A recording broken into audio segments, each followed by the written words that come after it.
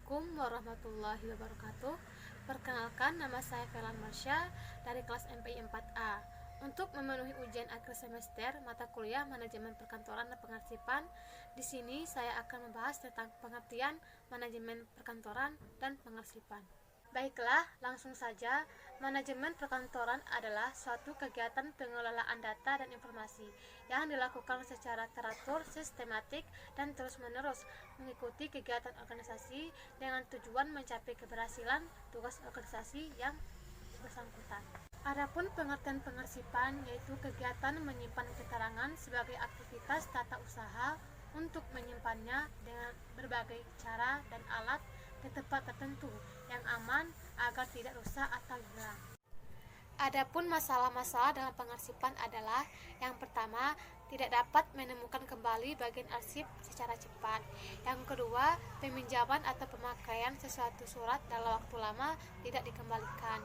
Yang ketiga, bertambahnya terus-menerus surat-surat dalam bagian arsip. Yang keempat, tata kerja dan peralatan kearsipan yang tidak mengikuti perkembangan dalam ilmu kearsipan modern. Adapun penggolongan warkat menurut kepentingannya, yang pertama warkat tidak penting, yaitu warkat yang habis kegunaannya apabila sudah dibaca.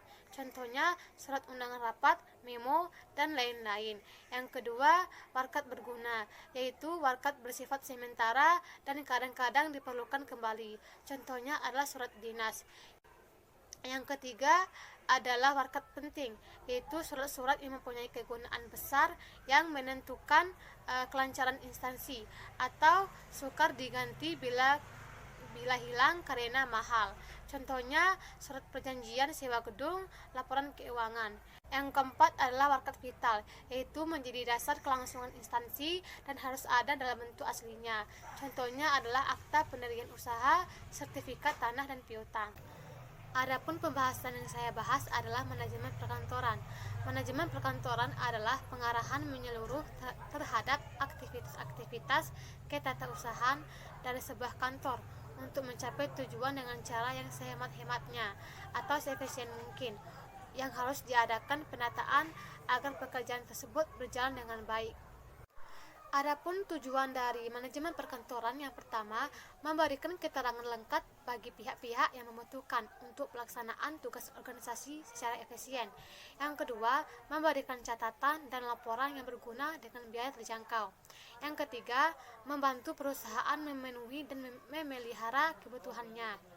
Yang keempat, memberikan pekerjaan tata usaha yang cermat dan dapat membantu memberikan pelayanan kepada pelanggan dan mitra kerja. Yang kelima, membuat catatan yang baik dengan biaya yang cukup terjangkau. Adapun fungsi dari manajemen perkantoran, yang pertama perencanaan. Fungsi perencanaan atau planning dalam manajemen perkantoran yaitu fungsi yang akan digunakan dalam menentukan tindakan untuk mencapai hasil yang diinginkan. Jadi, dalam fungsi perencanaan ini, manajer harus memikirkan apa yang akan dikerjakan dengan sumber daya yang dimiliki. Yang kedua, pengorganisasian. Fungsi pengorganisasian atau organizing dalam manajemen perkantoran ini dapat mempermudah manajer dalam melakukan pengawasan dan menentukan orang yang dibutuhkan untuk melaksanakan tugas yang sudah dibagi tersebut. Yang ketiga yaitu fungsi pengarahan. Fungsi pengarahan dalam manajemen perkantoran merupakan fungsi manajemen yang berhubungan dengan usaha, memberi bimbingan, saran, perintah atau instruksi pada bawahan dalam menjalankan tugas agar tugas dapat dijalankan dengan baik dan tertuju pada tujuan yang telah ditetapkan sejak awal. Yang keempat adalah fungsi pengawasan.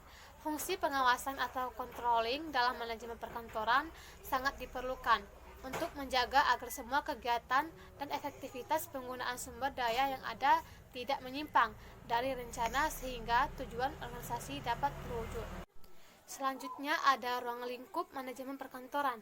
Yang pertama, aktivitas kantor. Aktivitas kantor pada umumnya terdiri atas aktivitas yang berhubungan dengan perencanaan, pengorganisasian, dan pengawasan perkantoran. Yang kedua yaitu sarana atau fasilitas kerja perkantoran. Sarana atau fasilitas kerja perkantoran diantaranya lokasi, gedung dan peralatan, interior, mesin-mesin kantor. Mungkin itu pembahasan dari saya. Lebih dan kurang saya mohon maaf. Wassalamualaikum warahmatullahi wabarakatuh.